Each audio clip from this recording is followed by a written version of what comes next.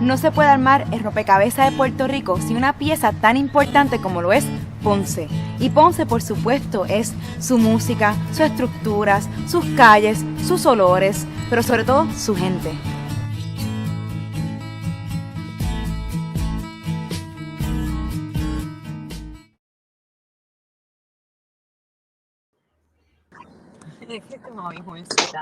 Empezamos. Métele tema. Yo de la única. Estaba viendo los posts de ella, una risa en los posts de ella. Buenas tardes mi gente, aquí Isla Caribe Podcast Radio, episodio número 56. Estamos unos minutos tarde porque pues esto es social distancing, además que es normal.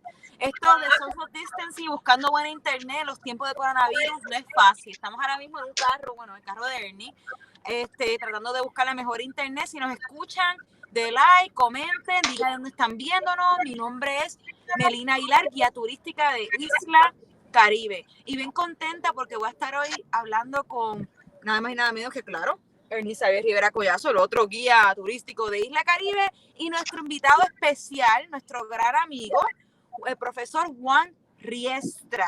Saludos, Juan Riestra, ¿cómo está? Súper, ¿y tú?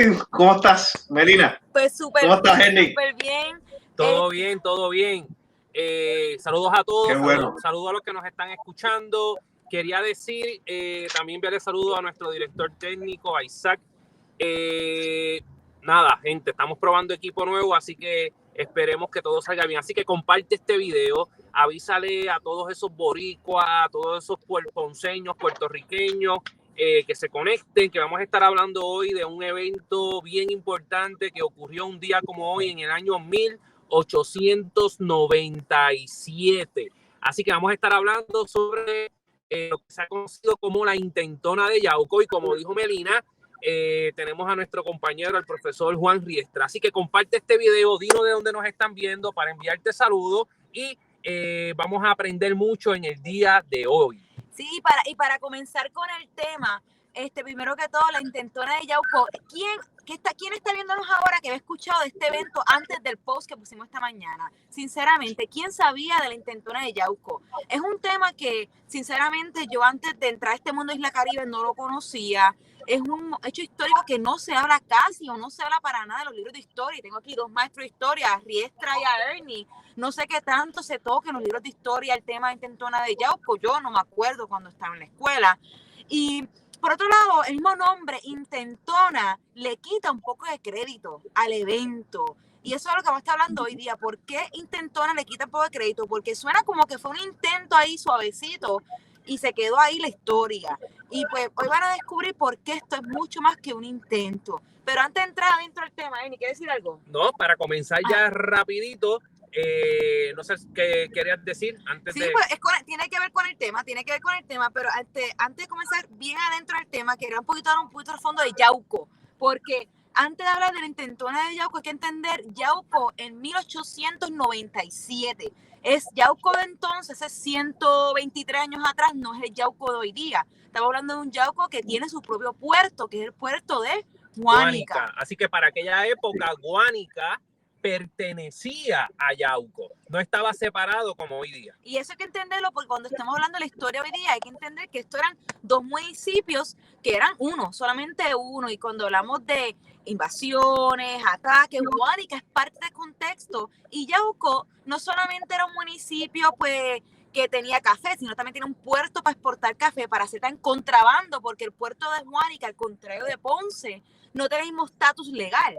Era un puerto ilegal, técnicamente. Entonces, la relación con este puerto de Yauco, la gran cantidad de corsos que emigraron al área de Yauco. ¿Por qué Yauco? Porque además de que estaban estas tierras fértiles, era una forma de estar lo más lejos y con como una mini independencia para tener comercio con el mundo y tener la zona montañosa para el café. Ni que tú sabes muy bien es la zona, toda esta zona de la cordillera central que da hacia el lado sur de la isla de Puerto Rico, digamos, del área hacia el sur, Maricao hacia el sur, Yauco hacia el sur, Adjuntas hacia el sur, el norte de Ponce, Jayuya, Utuado, toda esta región hacia el sur, hacia el Mar Caribe.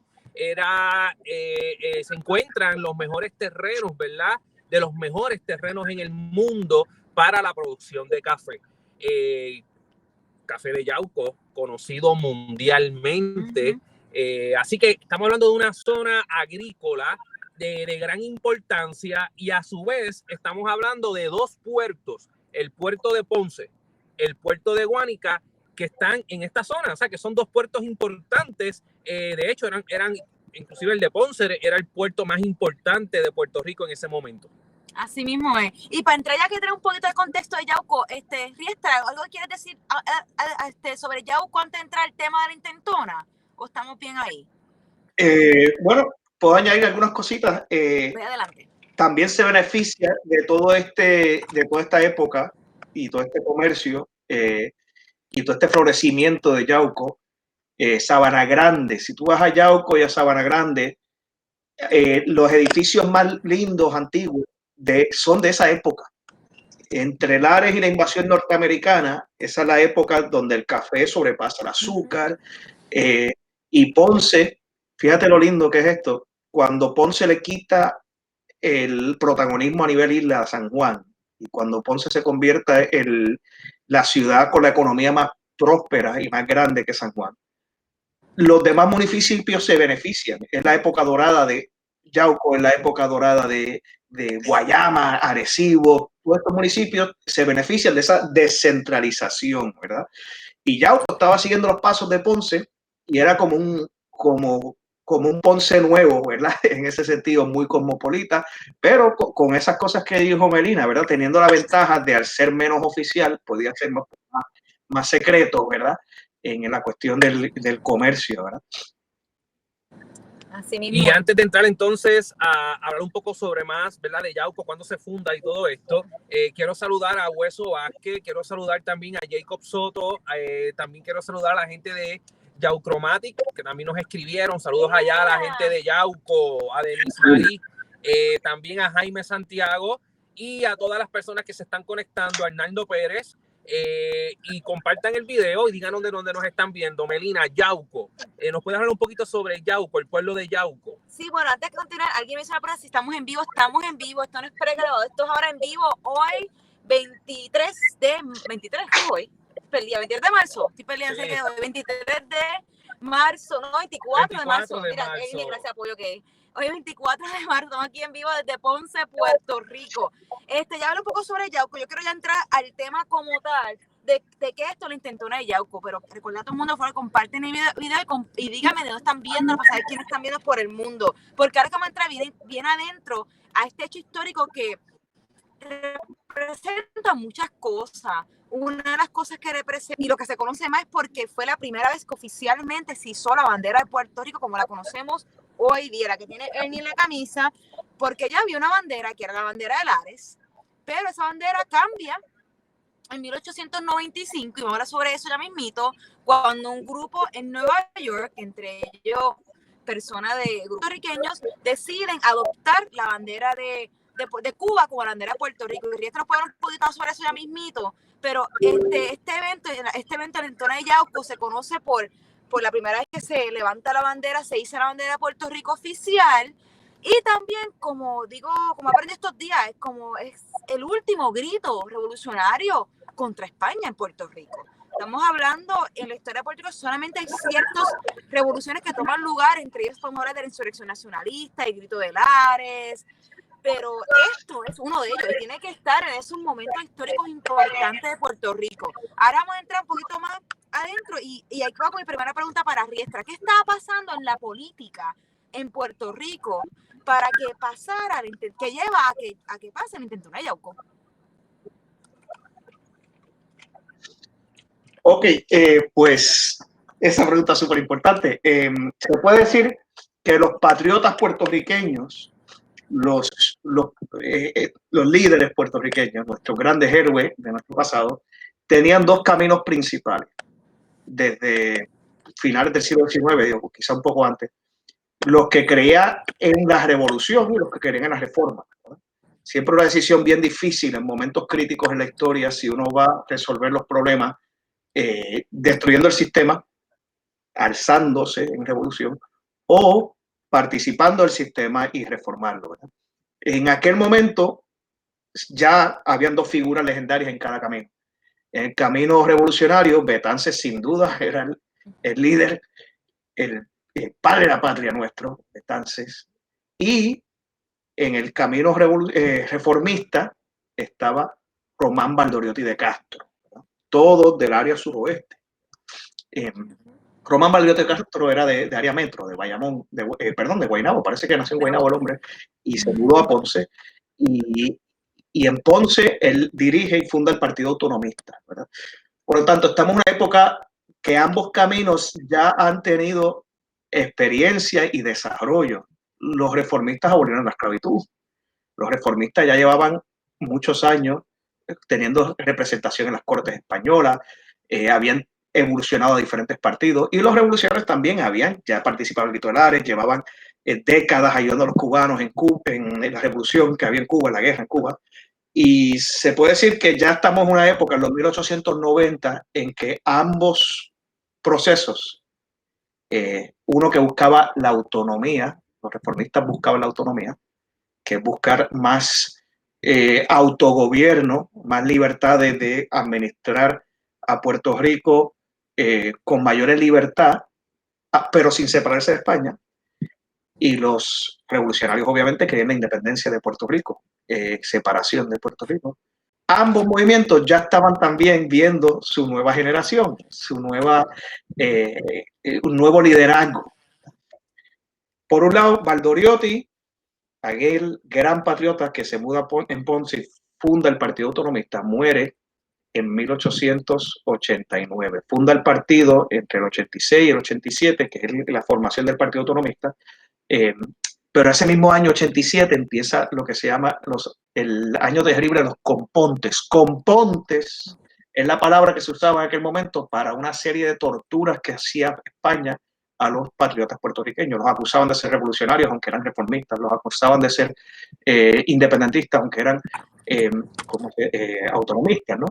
Y eran unas torturas horribles, de las peores que hizo España en Puerto Rico, que incluía meterle clavos en las uñas a los que capturaban, incluía pues obligarlos a estirar los brazos para que se tocaran los codos, pero por la espalda, donde se desgarraban todos los músculos de los hombros, una cosa bien. Los amarraban a caballos y los soltaban por las calles y el caballo lo arrastraba.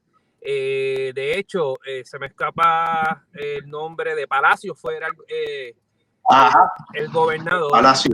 El gobernador. Ajá. Y mira qué interesante que, si lo podemos llamar así, como si fuera la oficina central de inteligencia, en este caso la oficina central de los compontes, se localiza en Aybonito.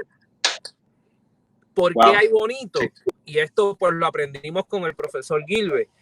Aybonito era esta conexión con San Juan. Si nos dejamos llevar por la cordillera central, Puerto Rico se divide entre el norte, el sur más o menos, ¿verdad? Y la carretera o el camino central para llegar a San Juan era la carretera 14, que pasaba a Cuamo, subía a Somante, llegaba a Aybonito, y de Aybonito entonces llegabas a San Juan. Así que Palacios, la oficina central de los compontes era en Aybonito. ¿Por qué en Aybonito? Porque desde Aybonito se podía desplazar entonces a toda esta región sur, que se veía como la región problemática, como la región revolucionaria. Y desde Aybonito entonces que se desplaza San Germán, Yauco, Ponce. Recordemos también que en esta zona sur oeste también ocurrió el Grito del Lares a finales de la década de 1860. Así que esta zona sur de la cordillera central hacia el Mar Caribe ha sido históricamente una zona de revolución.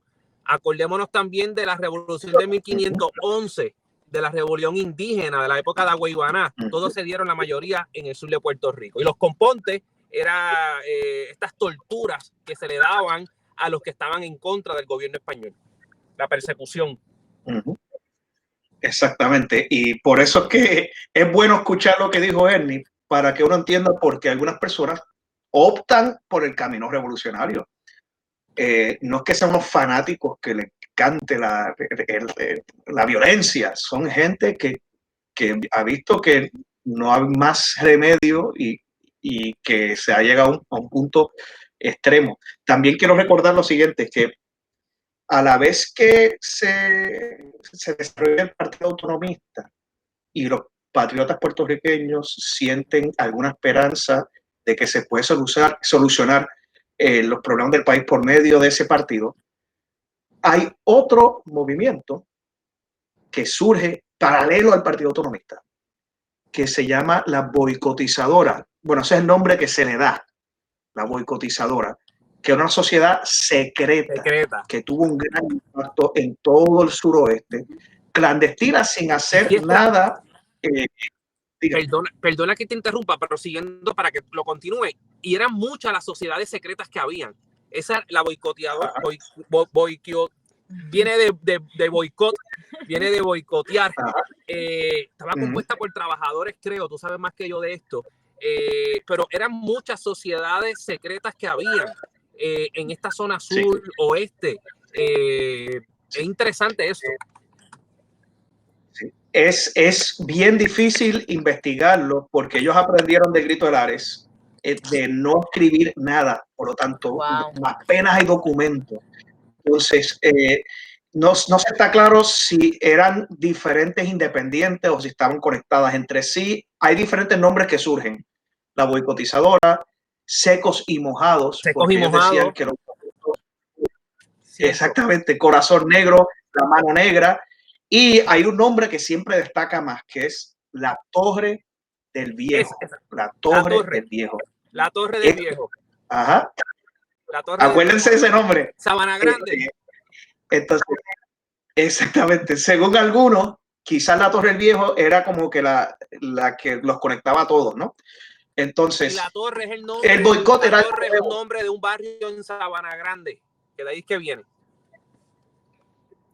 Y es bien interesante porque los españoles escuchaban ese nombre, la Torre del Viejo, y no sabían lo que era. Era un nombre secreto, como un código, ¿no? Y lo interesante es que eso estuvo muy activo en Ponce y en Yauco. Como Yauco, con menos atención que Ponce, podía tener más actividades clandestinas. ¿Sí?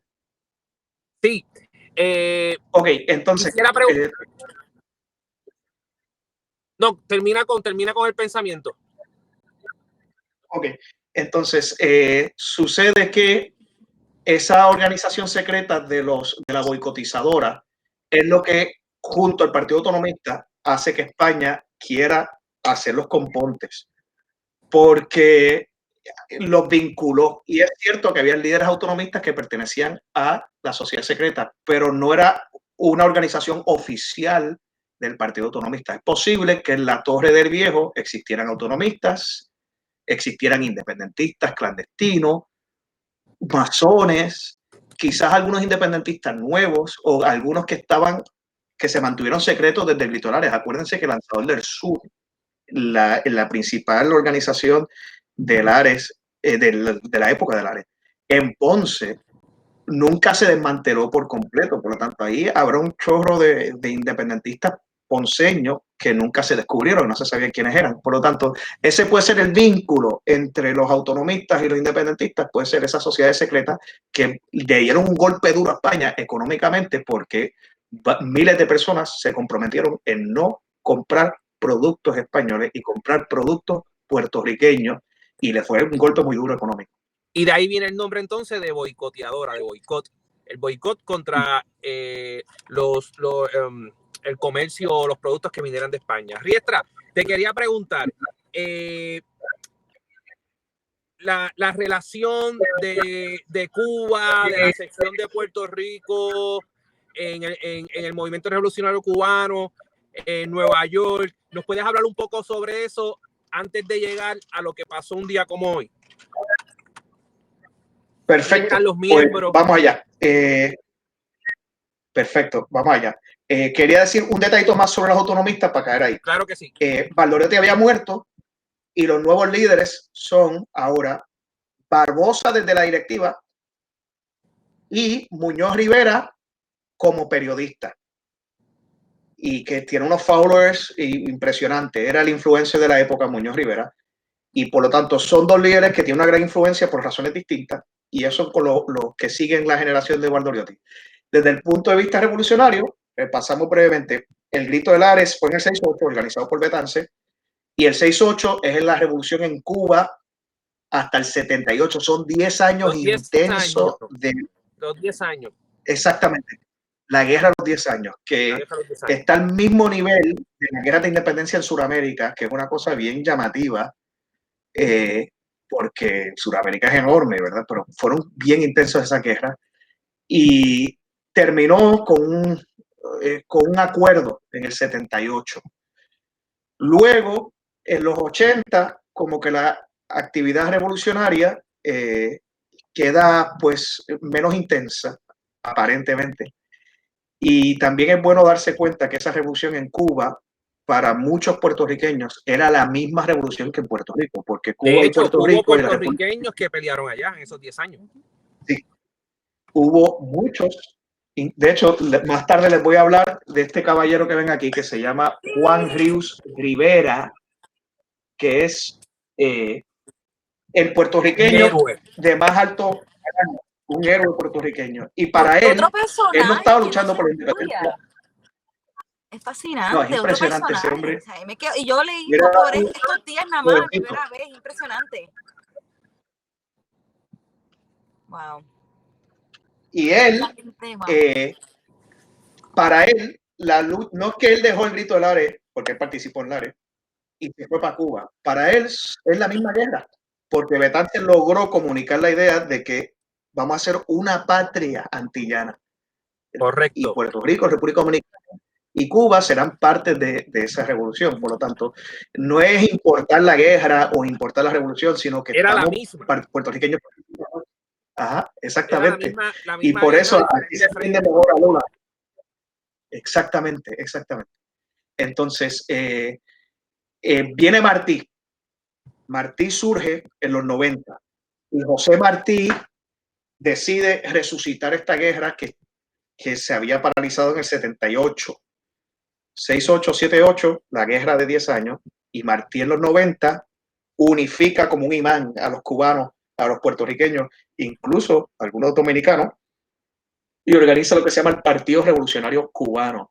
Es que fue una gesta muy impresionante porque estaban muy divididos los cubanos, muy divididos los puertorriqueños entre sí.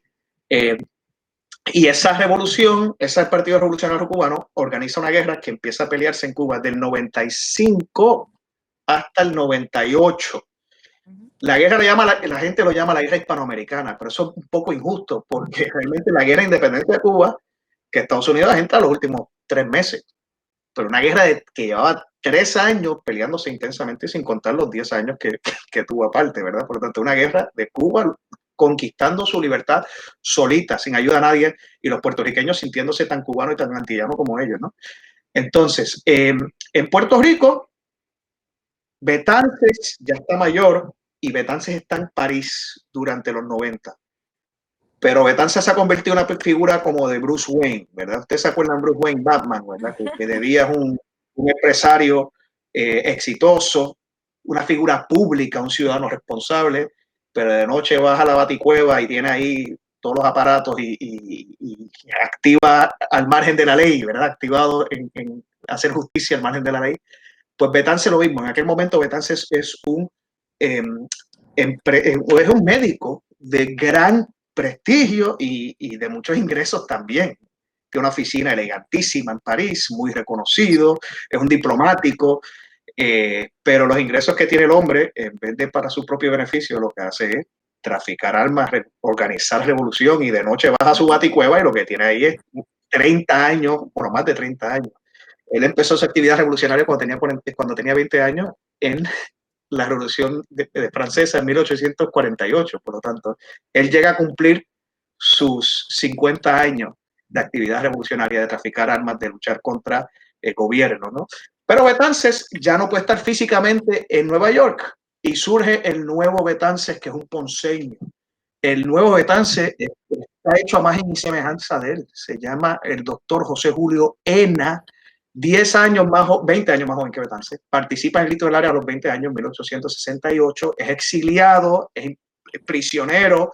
Tenemos una foto, encarcelado, nuestro director y va la va a estar poniendo. Miren, pues ese es Ena, ¿verdad?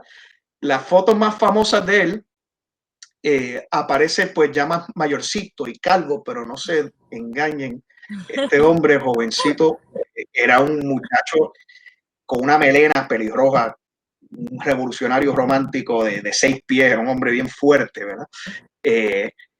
Y es otro Betance. Él hace lo mismo en Nueva York. En Nueva York se estudia medicina en Colombia y se convierte en uno de los médicos más importantes de Nueva York, que funda 3 hospitales. Está la junta de directores de hospitales. Algunos de los hospitales todavía existen hoy. Tiene muchos ingresos y termina también el hombre haciendo lo mismo. El Bruce Wayne boricua de Nueva York, igual que Betance, de noche baja a la Baticueva y continúa toda la actividad revolucionaria desde el área hasta el 98. Son 30 años de información secreta, de preparación. Sí. No, quiero añadir un poquito más sobre Ena, porque Ena es una figura que queremos hacer un podcast solamente sobre él, porque sinceramente, y la gente que nos está viendo, si han escuchado el nombre de él, que nos dejen saber, porque es una figura que, repito, tampoco se estudia. Él es, como dice, es de Betances parte 2, ya Betances está pues en Francia, está lejos, está mayorcito. Ena sigue el trabajo revolucionario y estuvo en 2 luchas, en el grito del área y también en esta. Pero Ena es un doctor de descendencia inglesa, ponceño. Exactamente. Es más ponceño todavía, es una de esas familias que emigra a Ponce y nace en Ponce de una familia inglesa. Entonces está hablando de un personaje que tiene muchas mezclas y al final termina siendo una figura que no quiere la independencia para Puerto Rico, quiere otra cosa, que ya vamos a entrar a ese punto. Entonces, Ena en verdad es una figura que pienso que a veces no sé si se esconde, no se habla mucho, porque tenía como que muchas caras, una familia inmigrante inglés, ponceño revolucionario, pero también luego va a ser estadista. Entonces, es algo bien fascinante lo que fue el doctor Ena, y nace pues de acuerdo a lo que me has contado tú, Riestra, porque tú eres la persona que yo conozco que más ha investigado este tema de este señor. Él nace en la calle Isabel de Ponce, ¿verdad? Exactamente. El edificio azul aquel que ahora no sé cómo se llama, que un negocio que abrió recientemente, hizo. ¿Te acuerdas de Downtown? Ahora es tremenda discoteca. Lo que para los de mi generación, cuando íbamos a perrear a Tropicana, ese es el lugar, donde era Tropicana. Así que todos los que perreamos intensamente del 2000 al 2004, cuando las justas eran justas, se metían 200,000 personas, es ahí, donde era Tropicana. Ahí nació uno de los grandes puertorriqueños de la historia, Ena. Y añadí que ahora todavía sigue siendo un centro de perreo intenso, por para los jóvenes, sigue siendo la generación Z que está escuchando en este podcast, ya saben que pueden ir a perrearse. Ahora que estamos en social distancing, por favor, no salgan ahora cuando vuelvan a la normalidad. Nada, continuamos, perdóname, un disclaimer. Que quiero llegar al 24. Ok, vamos allá. Les digo sobre Ena, para concluir un poquito la importancia de Ena, en mi opinión, Ena hay que hacer un podcast supera a otros en importancia, en mi opinión. Ena se convierte en presidente del Partido Revolucionario Cubano, sección de Puerto Rico, porque también el Partido Revolucionario Cubano tiene como propósito liberar a Puerto Rico. Y cuando la guerra empieza en el 95, de nuevo, esta guerra de independencia organizada por Martí empieza en el 95 y termina en el 98, siempre está el tema de traer la revolución a Puerto Rico. Y los 2 protagonistas máximos en liderazgo es el presidente, que es Ena, que de hecho en su casa es que se adopta oficialmente nuestra bandera, que nace en Nueva York y la adopta ese organismo, ¿verdad? Revolucionario totalmente. Y este caballero, como ustedes ya saben, que es Ríos, Juan Ríos, va a ser el militar principal. Entonces, hay muchos años en que Ríos Rivera, por favor, Rivera, el general Juan Rivera, como él quiere... exactamente. Pues imagínense esos 3 grandes líderes. Betances, porque todos lo consultan con Betances. aunque Betance está en París Y y yo no el entiendo cómo presidente voy a es hacer eso, ENA, no había WhatsApp, no había Zoom, yo no entiendo, esto era por carta, así, corriendo. cada reunión le mandaban las minutas a Betance por telégrafo. De hecho, aquí está, recomiendo estos libros del doctor Félix Ojeda. Aquí están los escritos políticos y la correspondencia revolucionaria de Betances. Y Betance le escribía mucho más a ENA que a Hostos. Mucho más. Yo conté las cartas. Y de hecho, Betances conocía de la preferencia o la inclinación de ENA a la anexión, y con todo eso confía en él y confía en que sea el líder dentro del Partido Revolucionario Cubano, sino de la sección de Puerto Rico en el Partido Revolucionario Cubano, que confía en él. Eso es impresionante, porque el independentismo puertorriqueño tenía dos tendencias básicas. Aquellos que eran independentistas anexionistas, que en otras palabras lo que quieren es que Puerto Rico se independice de España por medio revolucionario y después pida la anexión a Estados Unidos como Estado.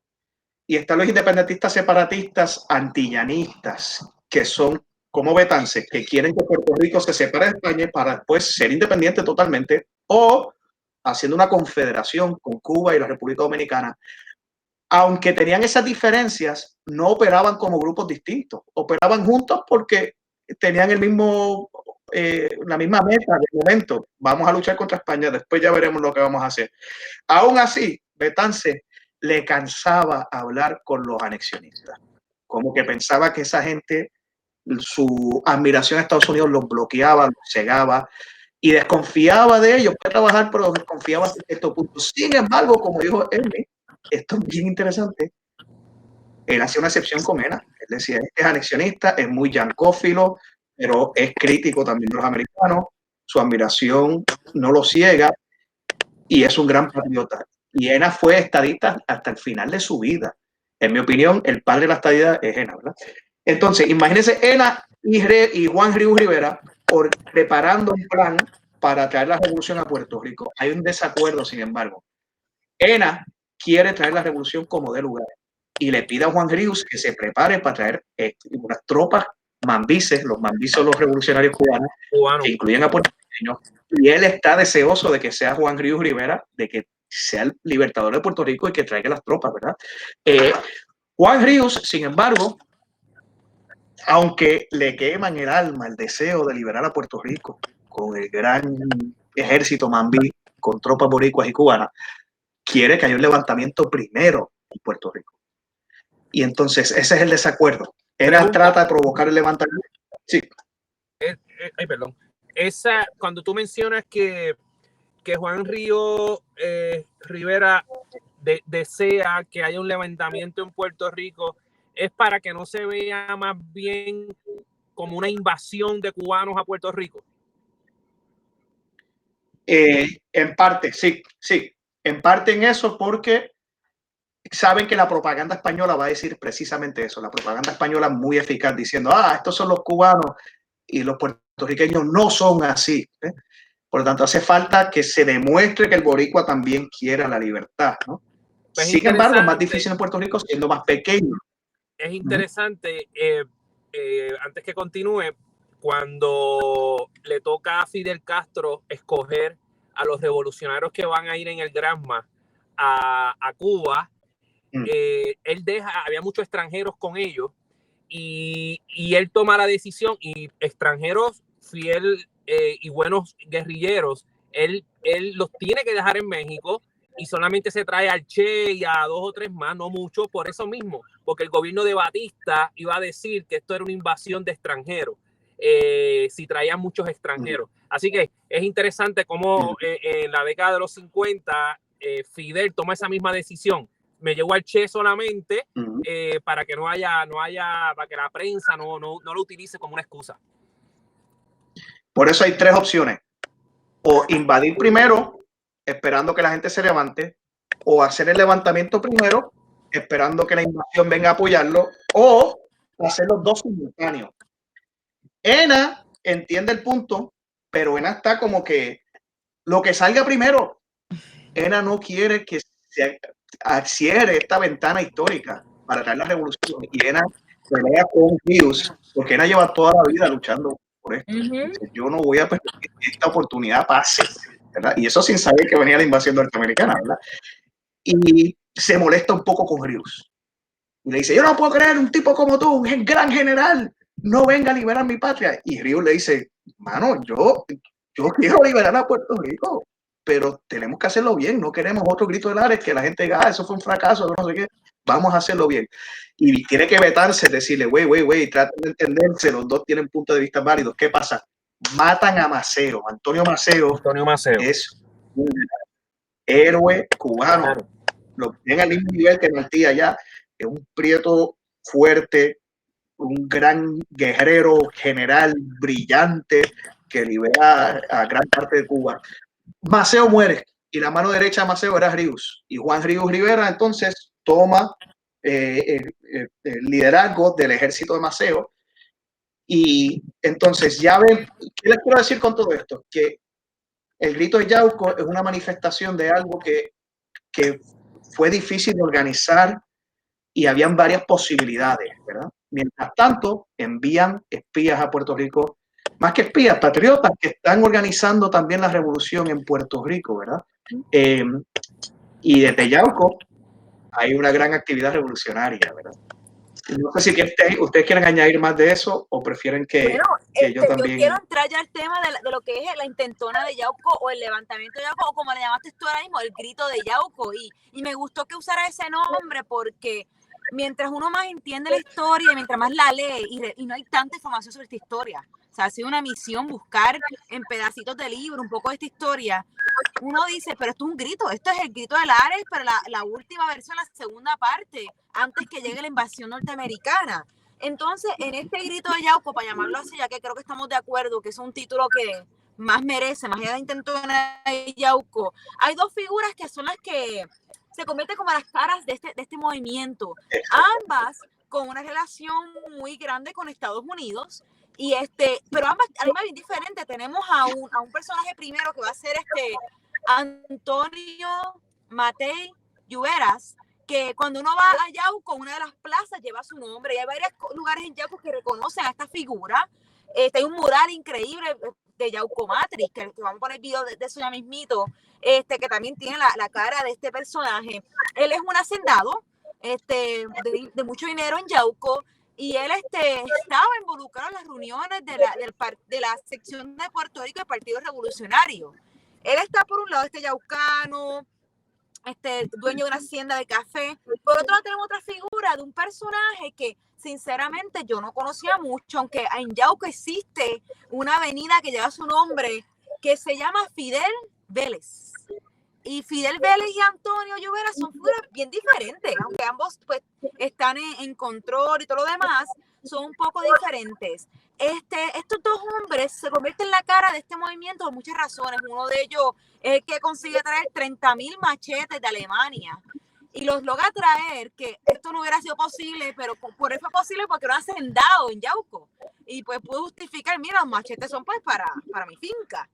Y por otro lado, tenemos esta figura que está entrenando en su finca con unos líderes cubanos, unos rusos cubanos, como a los campesinos, cómo estar en la milicia. Y también unos días antes y unos meses antes tenemos varias revoluciones pasando. Una que pasa en el barrio Barinas de Yauco, que pues no fracasa y encarcelan, pero luego liberan fácilmente a los demás. Y por otro lado tenemos también a unos movimientos, unos levantamientos que están pasando en Arroyo, en Patillas, que yo sinceramente, y sé que tenemos aquí a Jacob, que es de Arroyo, yo no había escuchado estos levantamientos que estaban pasando en Arroyo, que también tienen que ver para unirse a este movimiento.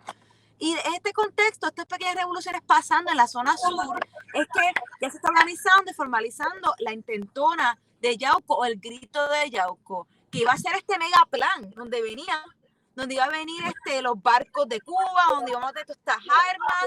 Pero ¿qué pasa? Lo mismo que pasa en el grito de Lares, Y lo mismo que pasa en la insurrección nacionalista. ¿Alguien qué hace? Alguien viene y comienza, y no quiero decir la palabra, pero que siempre uso, delata el plan que se tenía.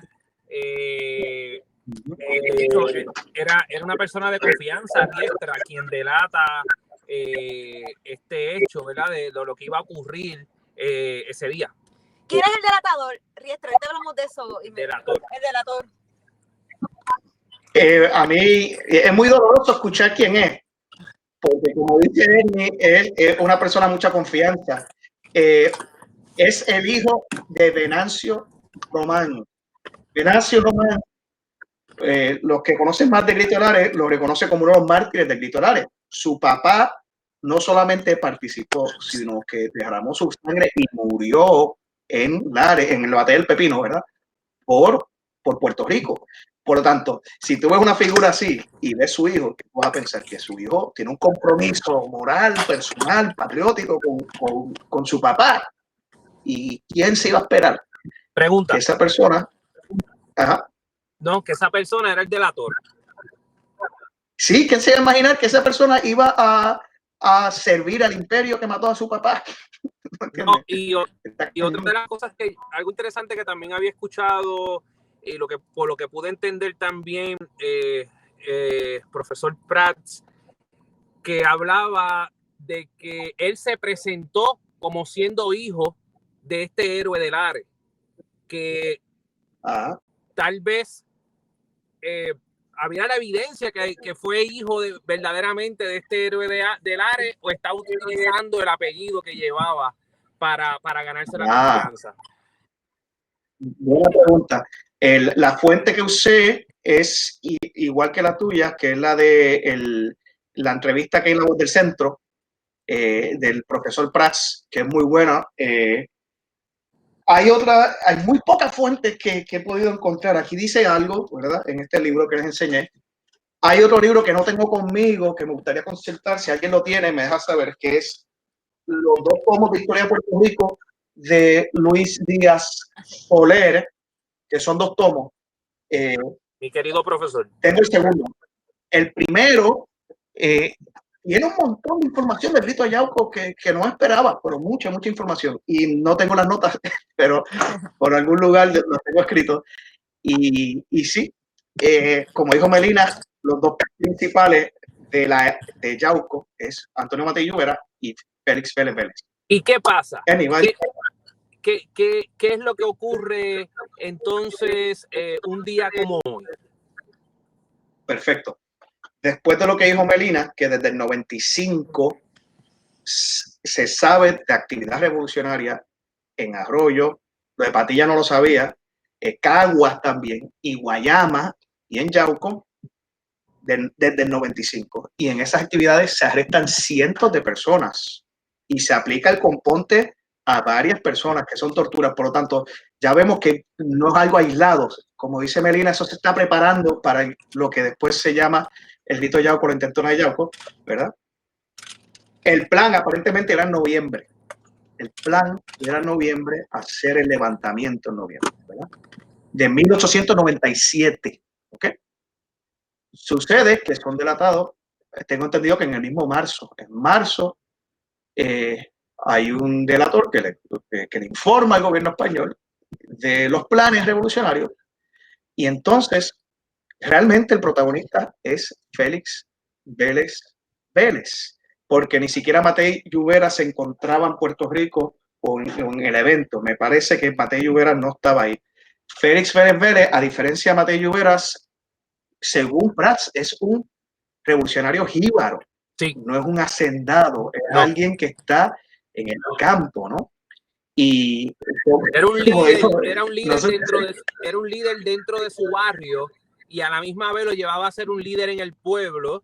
Y Prats explica cómo el biógrafo de don Pedro Albizu Campo, que no se me escapa el nombre ahora, se carteaba con una persona que conoció a Vélez, y hablaba como Vélez en la plaza montado en un caballo y con un machete en la mano agitaba las masas para que se unieran, ¿verdad?, a la revolución. Una cosa curiosa de ver Wow. es que el hombre murió casi los 90 años.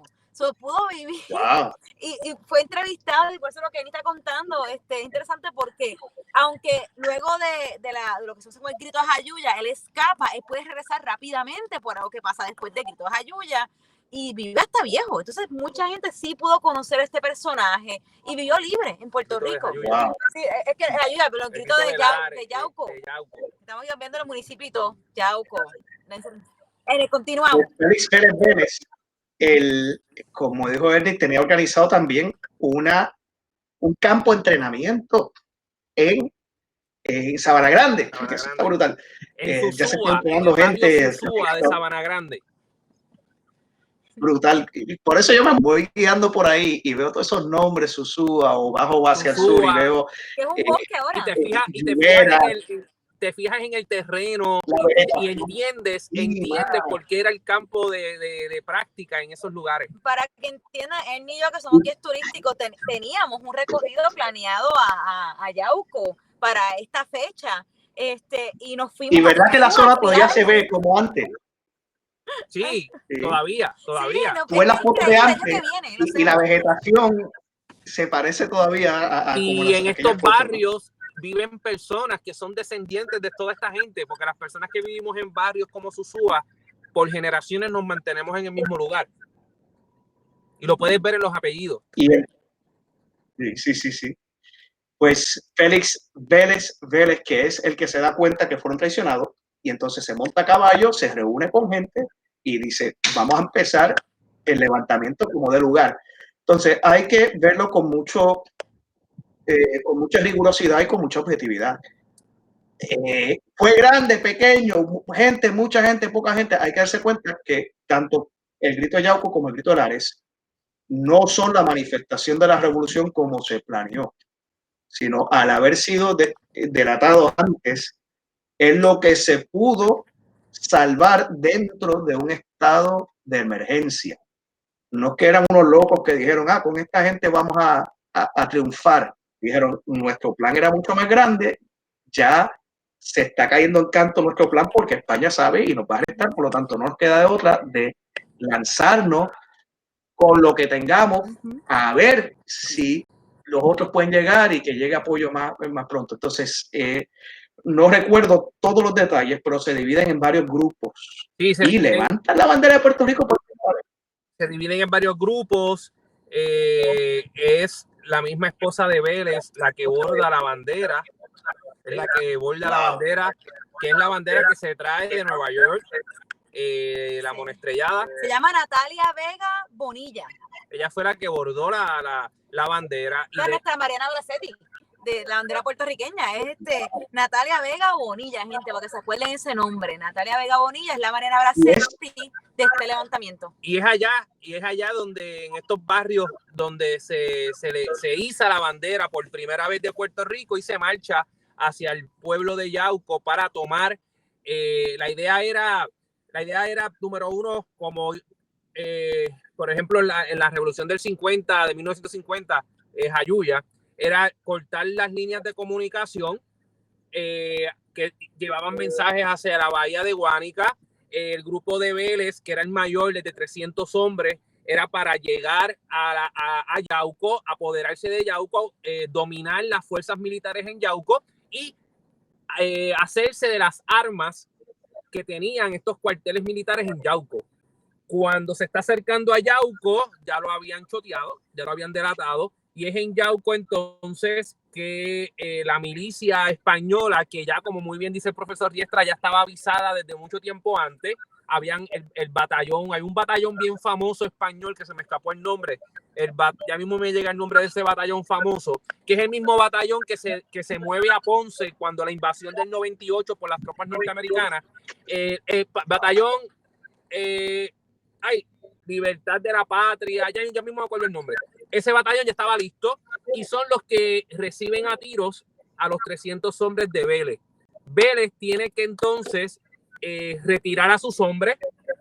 Uno de los hombres de Vélez es herido y Vélez él mismo se encarga de rescatarlo, montarlo en su caballo y cruzar los montes de Yauco hasta llegar a Adjuntas.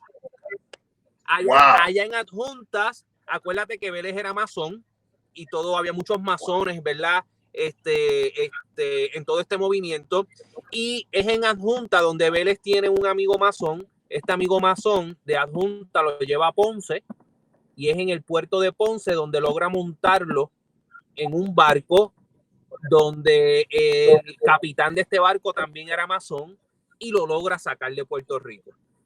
Pero las intenciones de apoderarse de Yauco, ¿verdad? Pues no pudieron ser. Wow.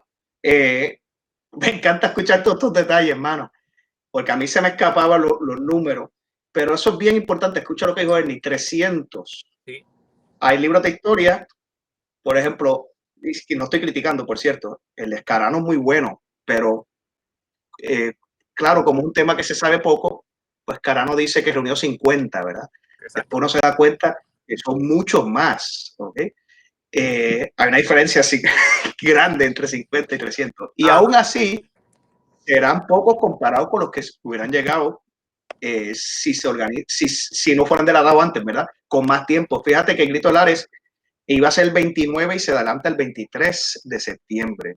Esto iba a ser en noviembre y se adelanta a marzo, por lo tanto, iba a ser mucho más gente. Y tengo entendido que los revolucionarios estaban en Yauco, en Sabana Grande, en Guánica, en Guayanilla, en San Germán y en Mayagüez.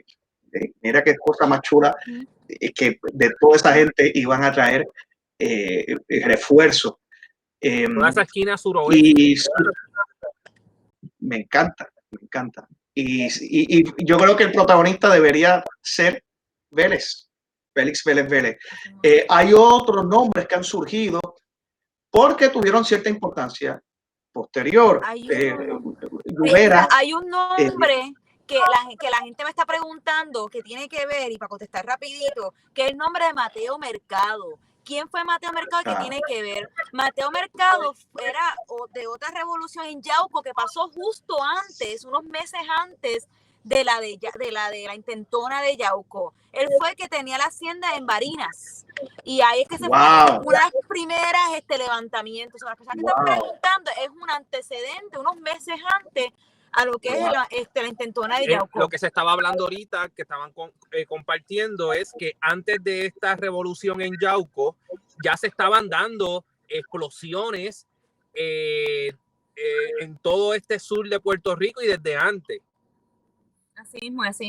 Pero nada, para continuar, porque yo sé que estamos llegando a la hora, entonces, la intentona de Yauco, el grito de Yauco, como queramos llamarle, pues alguno puede decir si fue un éxito o no. Yo siempre digo a la gente, hay que ver este mismo contexto que vemos al Grito de Lares, a la Insurrección Nacionalista.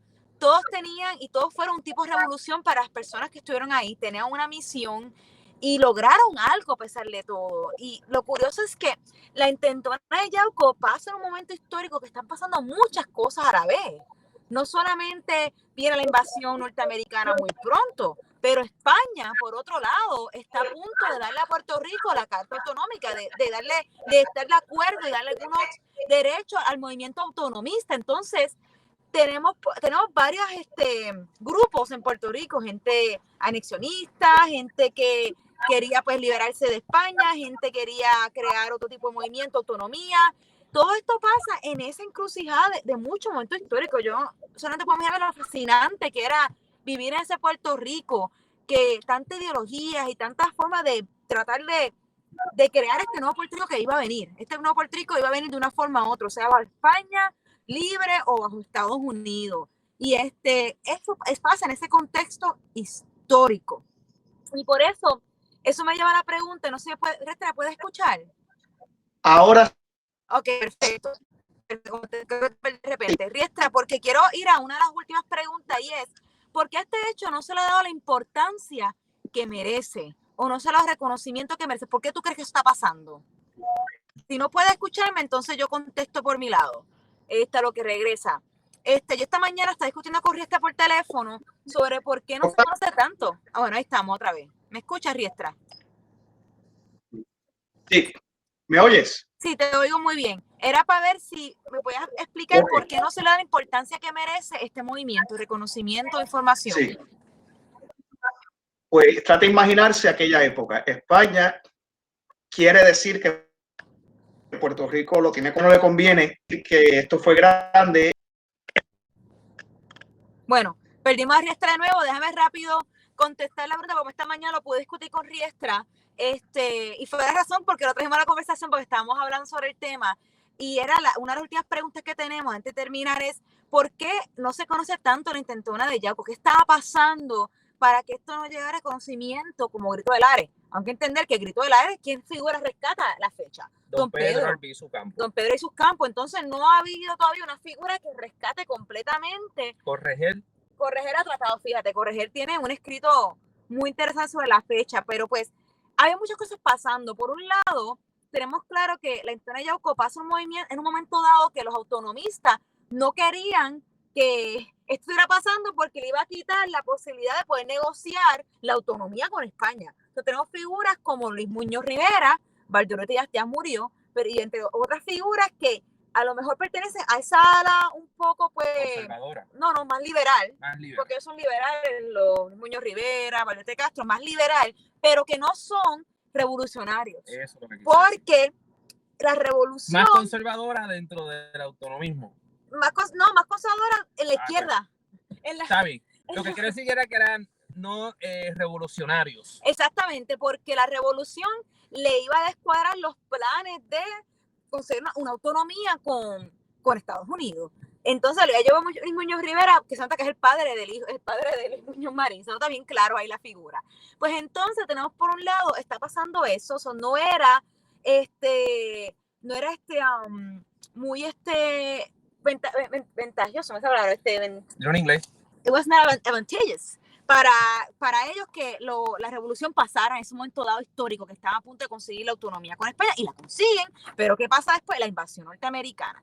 Y hablando de la invasión norteamericana, había muchas fuerzas que apoyaban la invasión, entre ellos figuras como Antonio Matei Lluveras, que Antonio Matei Lluveras, como Jena, es estadista. Entonces, la intentona ella con una historia un poco, no quiero decir la palabra en inglés, pero un poco awkward para los independentistas de contar, porque las figuras que lideran este movimiento son figuras que luego son estadistas. Pero es como dijo el profesor Riestra, en ese momento eso es un sentimiento patriótico, o sea, es un movimiento de afirmación patriótica.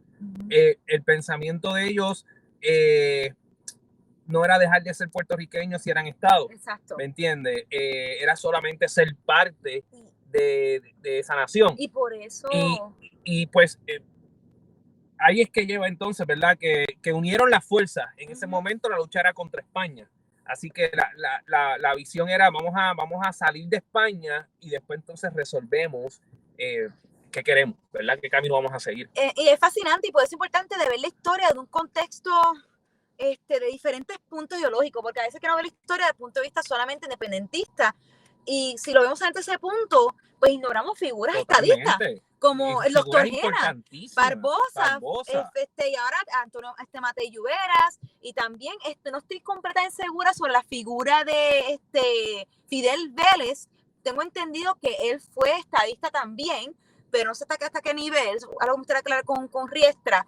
Entonces, es una historia que pues a veces no se resalta tanto como también la batalla de Asomante, porque uno dice, eso es apoyar a España, eso es apoyar al que estaba en poder. Cuando hacemos el tour de la batalla de Asomante, que se va a repetir en agosto, y las personas que no lo han tomado recomendamos, porque para mí ha sido unos tours con más contenido histórico, o sea, brutal, una cosa fascinante. Y todo. Entonces, en la batalla de Asomante, algo que discutimos, y sé que mucha gente decía, la batalla de Asomante, porque van a hacer un tour de una celebración, celebrando que España estaba aquí. No, es que, como decía el doctor Gilbert, que es parte de ese recorrido, era una forma de afirmación nacional de estos patriotas puertorriqueños que creían en su identidad puertorriqueña con España.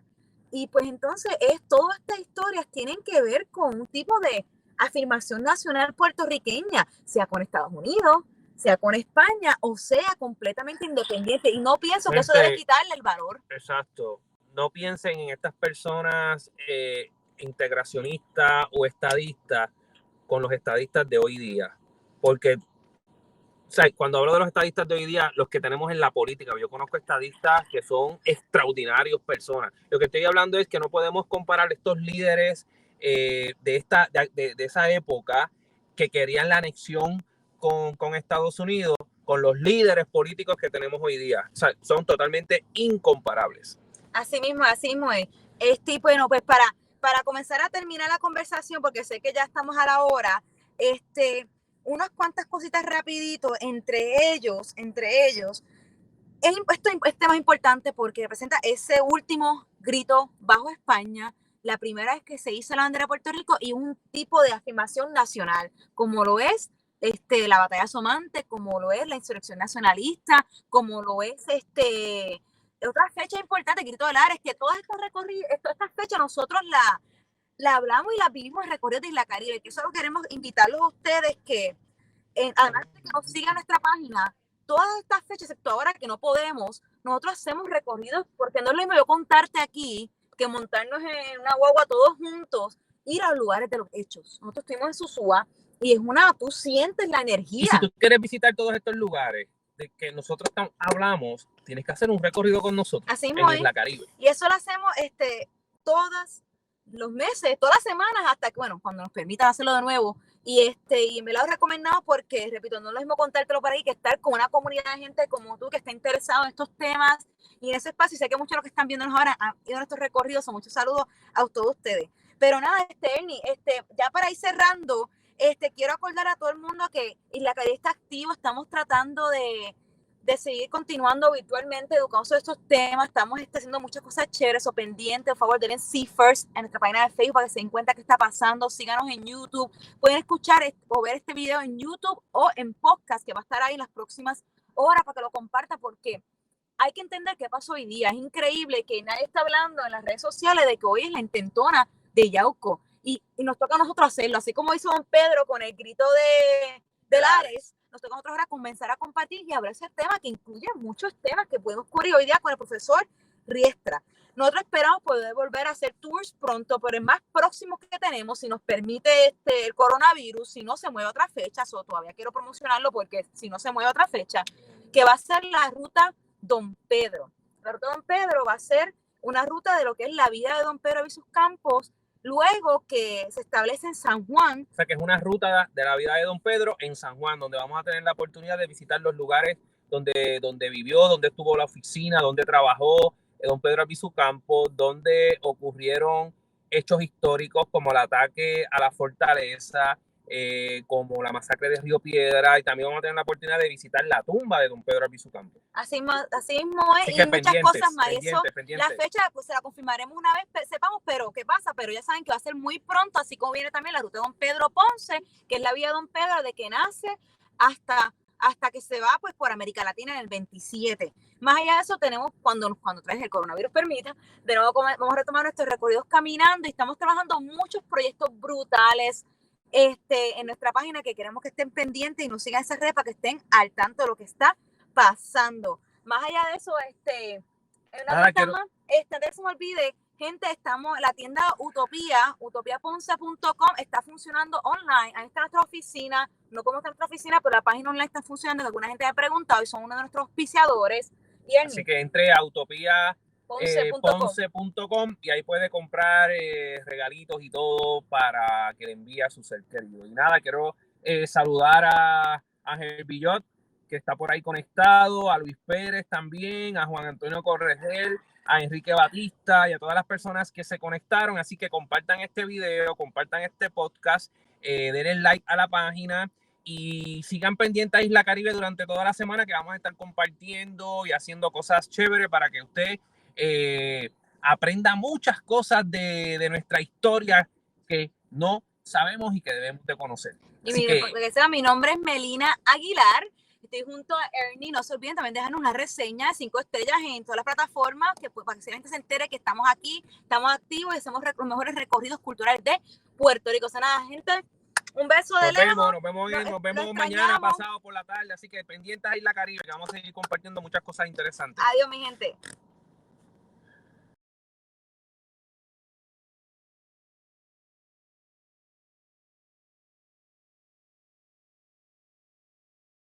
Isla Caribe te invita a repensar nuestra cultura mientras la vive. Somos una compañía de turismo creativo cuya misión es que conectes con esas raíces que evidencian lo más esencial de nuestra puertorriqueñidad, de nuestro sabor caribeño.